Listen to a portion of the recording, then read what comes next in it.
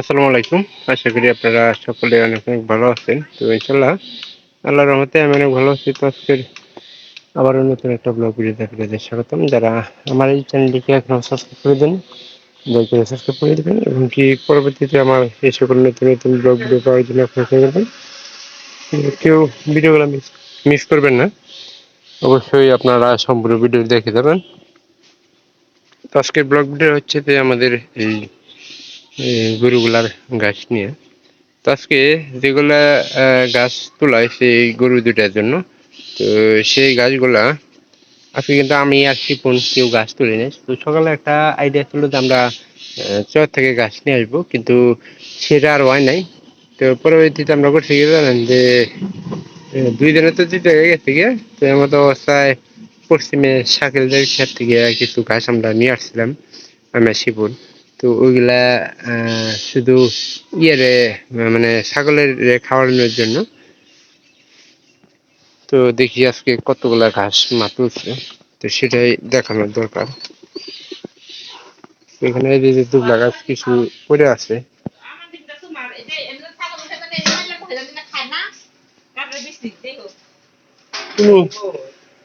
পরবর্তীতে নিয়ে যাবো না এই ছাগলের, তাও 2 দিন চলবো না ঠিকঠাক মতো।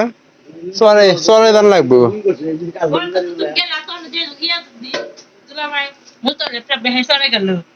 ফোন দিছিলাম যে আগাতে গেলি তো 2-3 সালা গাছাম তুমি ওরা তো প্রতিদিন যাবো না। নাও দে আজকে তিল কাটা গেল ওরা তিলে কাটার তিলে ওই গেলি তা হইল কালকে তো যাবো ফোন দিছিলাম আই জায়গা তুমি না। প্রতিদিন না 2 সালা করে নিয়ে নয় বেশি করে নিলাম, 4 সালা নিয়ে গেলি।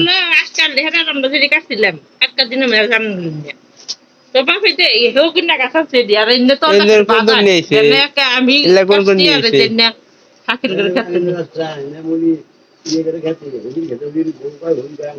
এই যে তো বাপ কাছে দেন এই যে না তিল লাগা উল্লা খাবো।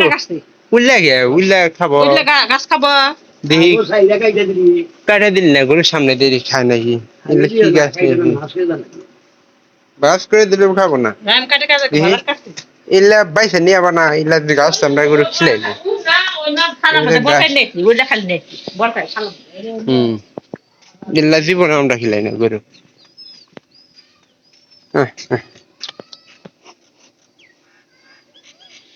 খায় খায়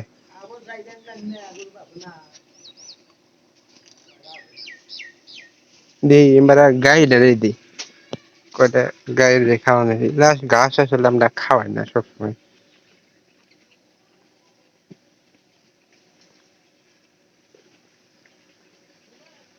কি গো?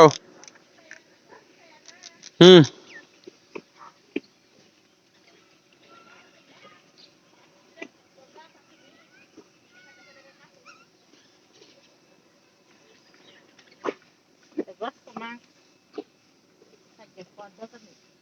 কইলে আর উদানি করবো।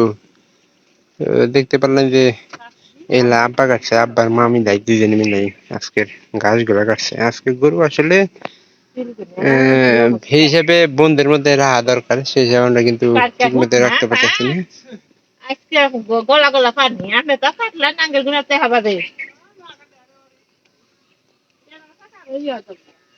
আর এখানে যে গত বৃষ্টির কারণে কিন্তু অনেক কাদা ছিল, সেই কাদা গুলাও কিন্তু উঠে গেছে গে। সবসময় আমরা চাই যে চারিগুলা যাতে পরিষ্কার পরিচ্ছন্ন থাকে। এখন আবার এই জায়গায় তিলের জামালা, তিলগুলা মনে করেন যে বৃষ্টি হওয়ার কারণে ঠিক মতো কিন্তু তিল ভিতরে কি শুকায় গেছে। শুকাবো কিন্তু না যে কোনো সময় দেখা যান না ওই যে উপরে না পানি পড়ছে, এতনি হলাই দেয় না, নামাই দাও। যারা যারা ধরে খালি মুখ ফাইলে ওই দুটলি না খালি সরা দিলি হাবারে করে দেবো হ্যাঁ রোদ তো না ধরছে ধরছে কি করবে, তাছাড়া তো করার কিছু নাই। উড়বে তোর মাথা তো হরা দেন নাছিল, তোমরা তো একবারে দাগ দেখেছে। তিল গুলা নেওয়ার টেনশন বেশি আজকে। ওই যে ই কাটা আছে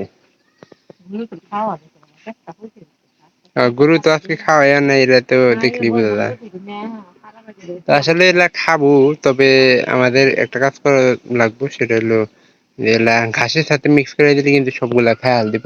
আর প্রতিদিনকা গরুগুলার এই যে এগুলা পানি কিন্তু আমরাই দিয়ে থাকি।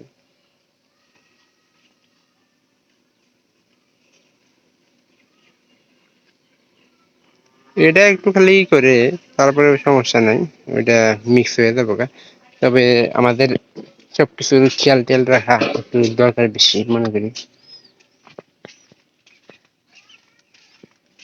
বুঝছেন?